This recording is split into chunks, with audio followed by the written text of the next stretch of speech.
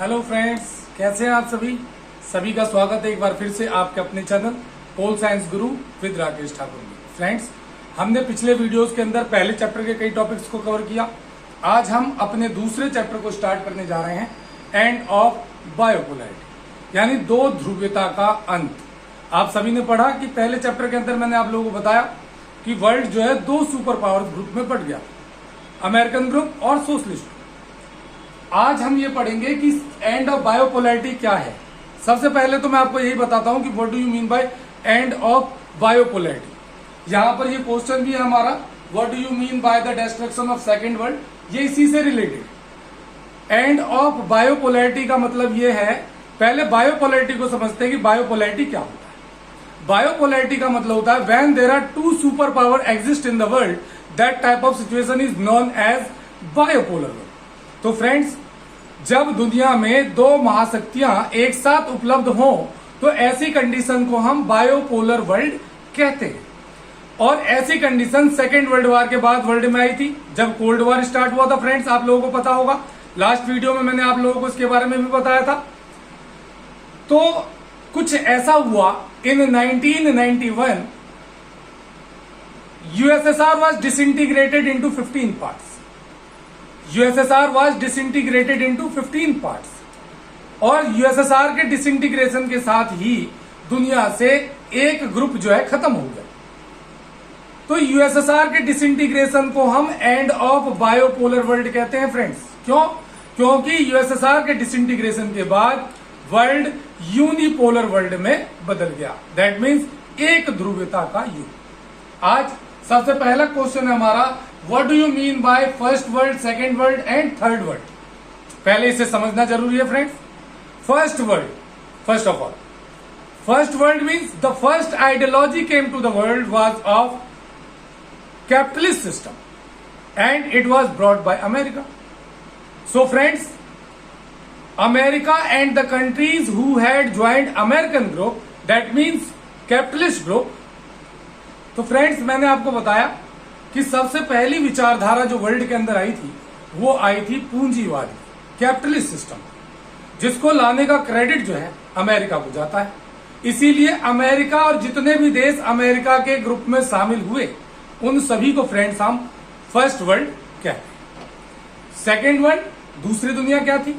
दूसरी दुनिया अजीब सा लगता है सुनने में, पहली दुनिया, दूसरी दुनिया, तीसरी दुनिया, लेकिन इसे एक नाम दिया गया था फ्रेंड्स, इनकी आइडियोलॉजीज के कारण, इनकी सोच के कारण दिया गया था। तो दूसरी दुनिया का मतलब था the second ideology came to the world was of socialism और कैपिटलिज्म, सोशलिज्म और communism, which was brought by USSR friends.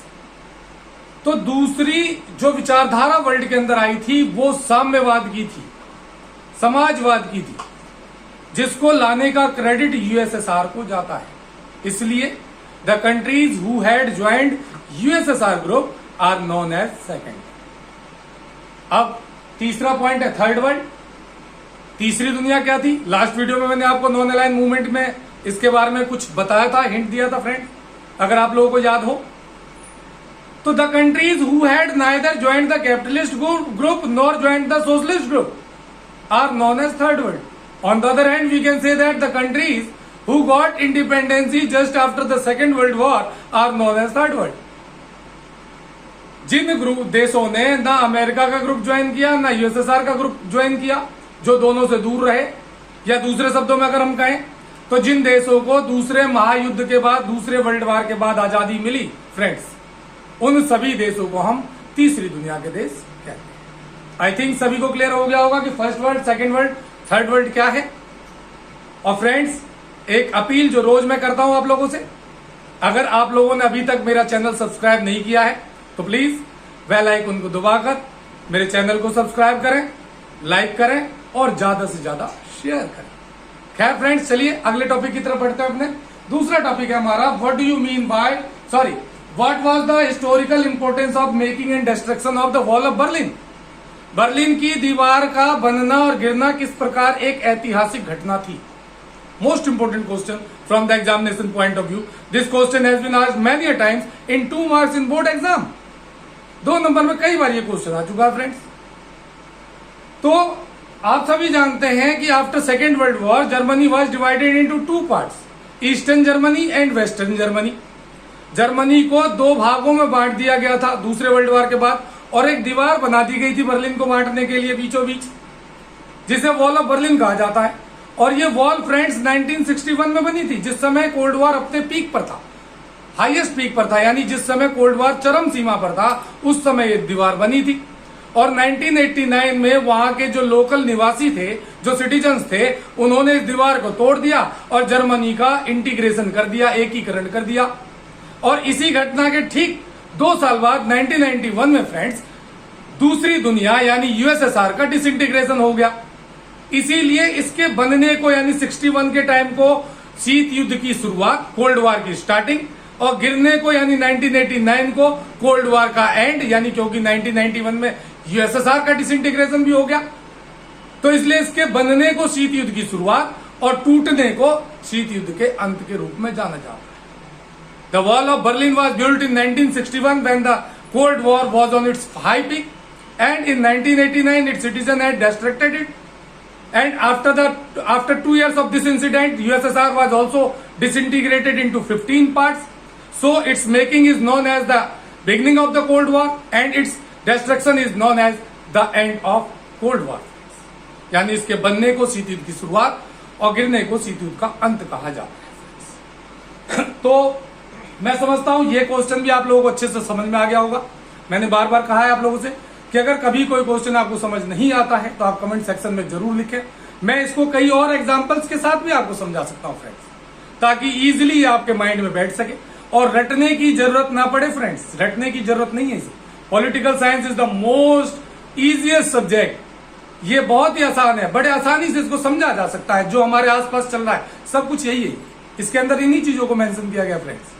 और एक बार और अपील कि अगर आप लोगों ने मेरे चैनल को सब्सक्राइब नहीं किया है तो प्लीज बेल आइकन को दबाकर इसको सब्सक्राइब जरूर करें, ताकि सारी वीडियोस आप लोगों तक पहुंच सके। और लाइक जरूर करें, शेयर जरूर करें। आपका एक एक लाइक जो है मेरी एनर्जी को बढ़ाता है फ्रेंड्स। जब जब आपका लाइक मेरे वीडियोस के ऊपर आता है तो मुझे लगता है कि मुझे अगली बार और अच्छा करना चाहिए और अच्छे तरीके से आप लोगों को समझाना चाहिए, और लगता है कि कुछ मैंने अच्छा किया। तो फ्रेंड्स लाइक्स और शेयर और सब्सक्राइब जरूर करते रहें।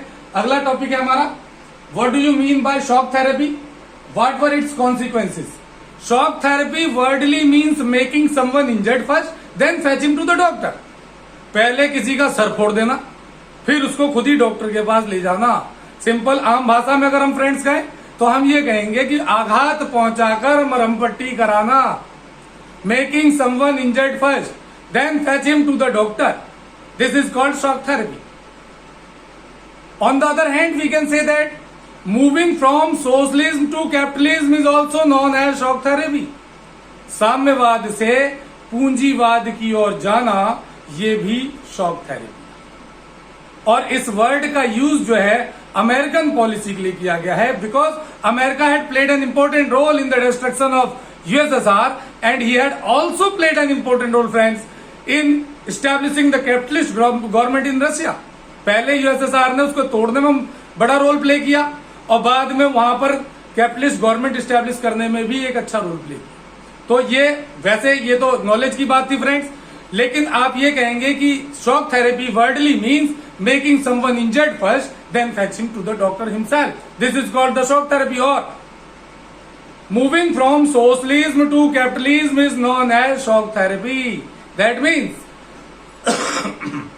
अगर हम हिंदी में कहें तो हम कहेंगे किसी को आघात पहुंचाकर, चोट पहुंचाकर मरहम पट्टी कराना शॉक थेरेपी है, या साम्यवाद से पूंजीवाद की ओर जाना शॉक थेरेपी कहलाता है। अब इसके कॉन्सिक्वेंसेस क्या पड़े। एक क्वेश्चन और रेज होता है फ्रेंड यहाँ पर इसी टॉपिक का कि do you think that it was an easier task to go from socialism to capitalism. क्या साम्यवाद से पूंजीवाद की ओर जाना आसान काम था। तो फ्रेंड्स मैंने आपको बताया कि कॉन्सिक्वेंसेस क्या पड़े, शॉक थेरेपी का असर क्या पड़ा। सबसे पहला पॉइंट है कोलैप्स ऑफ इंडस्ट्रीज। जैसे ही सोशलिज्म से कैपिटलिज्म की ओर बढ़े वैसे ही जितनी भी इंडस्ट्रीज थी सब प्राइवेटाइजेशन की ओर बढ़ने लगी। ज्यादातर जो फैक्ट्रियां पहले गवर्नमेंट सेक्टर में काम कर रही थी यूएसएसआर के अंदर, वो सभी प्राइवेट हाथों में जानी शुरू हो गई। इसके बाद दूसरा कोलैप्स ऑफ फूड सिक्योरिटीज। पहले आप जानते हैं कि वहां पर सोशल वेलफेयर का सिस्टम था फ्रेंड्स यूएसएसआर के अंदर, कि अगर कोई काम, अगर गवर्नमेंट किसी को काम नहीं दे पा रही है तो गवर्नमेंट उसको बिठाकर इतने पैसे देगी जितना एक काम करने वाले को देगी। गवर्नमेंट की जिम्मेदारी थी कि हर आदमी को रोजगार दिलाए, तो कम से कम फूड सिक्योरिटी थी सभी।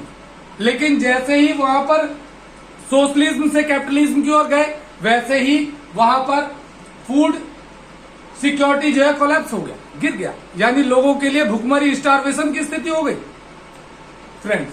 Third point, social changes. वहां पर सोशल चेंजेस आने लग गए। पहले वहां पर सब लोग इक्वल थे उस सिस्टम के अंदर, लेकिन जैसे ही प्राइवेटाइजेशन होना शुरू हुआ वैसे ही लोगों ने लूट खसोट करनी शुरू कर दी। वहां पर लोगों ने एक अलग ग्रुप बनना शुरू हो गया। पहले सब इक्वल थे, लेकिन अब सोसाइटी के अंदर डिवीजन आना शुरू हो गया। पुअर, मिडिल क्लास, रिच, इस तरह से लोग बंटने शुरू हो गए। फोर्थ पॉइंट था फ्रेंड, बैंकक्रप्टेंसी, यानी बैंकक्रप्टेंसी का मतलब यह है बैंकक्रप्ट हो गया पूरा देश। लगभग 1500 बैंक्स जो थे उनका सारा पैसा जो है वो डूब गया, बैंकक्रप्ट हो गया। और 10,000 के लगभग जो शेयर होल्डर्स थे वहां के, उनका सारा पैसा वहां पर डूब गया। पूरी कंट्री एक तरीके से बैंकक्रप्ट की ओर बढ़ने लगी। रेज इन अनएम्प्लॉयमेंट, जब प्राइवेटाइजेशन होना शुरू हुआ तो आप जानते हैं गवर्नमेंट सेक्टर के अंदर तो कोई कम भी काम कर रहा तो भी गवर्नमेंट उसको काम कराती रहती, हटा नहीं सकती। लेकिन जब प्राइवेटाइजेशन होता है किसी भी फर्म का या किसी भी कंपनी का, तो कंपनी ये चाहती है कि बेस्ट से बेस्ट वर्कर मिले उसे, या जो काम अच्छा करेगा उसको रखेंगे, जो नहीं कर रहा उसको हटाया जाएगा। तो ऐसा ही वहां पर हुआ। जो लोग कई काम के लायक नहीं थे, जिनको पहले सोशलिस्ट सिस्टम में ढोया जा रहा था, ऐसे लोगों को कंपनी से हटाया गया, तो अनएम्प्लॉयमेंट अपने आप जो वहां पर बढ़ने लगी। इसके अलावा फ्रेंड्स, करेंसी डिक्लाइन, वहां की जो रूबल थी करेंसी यूएसएसआर की, उसमें गिरावट आनी शुरू हो गई। क्योंकि जाहिर सी बात है, जब किसी कंट्री में कोलैप्स होंगे, जब वहां की इंडस्ट्री डूबेगी, जब वहां की फूड सिक्योरिटी नहीं होगी, सोशल चेंजेस आएंगे, प्राइवेटाइजेशन होगा, कैप्चरिंग शुरू होगी जमीनों के ऊपर, तो वहां की करेंसी का गिरना तो लगभग तय था, जिसने वहां की इकोनॉमी को पूरी तरह से डिस्ट्रॉय कर दिया। फॉल इन जीडीपी, जीडीपी गिर गई वहां की फ्रेंड्स, तो जीडीपी में भी डाउनफॉल आया।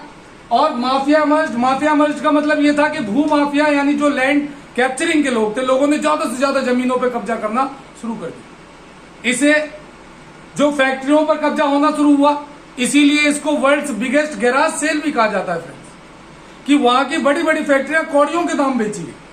तो ये सारे सोशल चेंजेस जो है वो आए शॉक थेरेपी के कारण।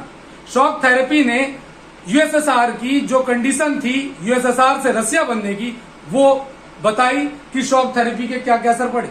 अब जो दूसरा क्वेश्चन मैंने आपको बताया था फ्रेंड्स, इसी में बनता है कि do you think that it was an easier task to move from socialism to capitalism, कि क्या साम्यवाद से पूंजीवाद की ओर जाना आसान काम था?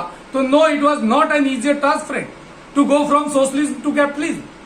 रीजन सारे यही आ जाएंगे कि collapse of industries, collapse of food security, social changes, bankruptcy, rise in unemployment, currency decline, downfall in GDP and mafia merge. ये सभी रीजन थे जिससे हम शो कर सकते हैं कि सोशलिज्म से कैपिटलिज्म की ओर जाना आसान काम नहीं था। तो आज का ये टॉपिक मैं यही खत्म करता हूं फ्रेंड्स। मैं समझता हूं कि सभी को अच्छे से समझ में आ गया होगा कि शॉक थेरेपी क्या है, और सेकेंड वर्ल्ड के इसे भी मैं एक बार और रिपीट कर देता हूं कि what do you mean by the destruction of second world. USSR was representing second world, and somehow in 1991 USSR was disintegrated into 15 parts. So the disintegration of USSR is known as the end of or the destruction of second world. दूसरी दुनिया को represent USSR कर रहा था, और किन्हीं कारणों से 1991 में यूएसएसआर का डिसइंटीग्रेशन हो गया। तो यूएसएसआर के डिसइंटीग्रेशन को ही हम दूसरी दुनिया के अंत के रूप में देखते हैं फ्रेंड्स। मैं समझता हूं अब सारे टॉपिक्स आपको क्लियर हो गए होंगे फ्रेंड्स। अगर आपको कोई भी टॉपिक गाइस समझ ना आया हो तो आप लोग कमेंट सेक्शन में जरूर लिखें। मैं और कोशिश करूंगा अच्छे तरीके से समझाने की, और दूसरे एग्जांपल्स के साथ आपको समझाने की कोशिश करूंगा फ्रेंड्स। और सबसे बड़ा थैंक यू आप लोगों का कि सुनना, मैंने पहले भी कहा था आप लोगों को, बोलना बड़ा आसान काम है, सुनना बड़ा मुश्किल काम है, लेकिन ये सारे ही टॉपिक्स जो है आपके काम के फ्रेंड्स। अगर आप ध्यान से इन्हें सुन लें, पूरी वीडियो को देख लें, तो आप लोगों को समझ में आ जाएगा कि एंड ऑफ बायोपोलैरिटी क्या है, शॉक थेरेपी क्या है, ये सारे टॉपिक्स क्या हैं।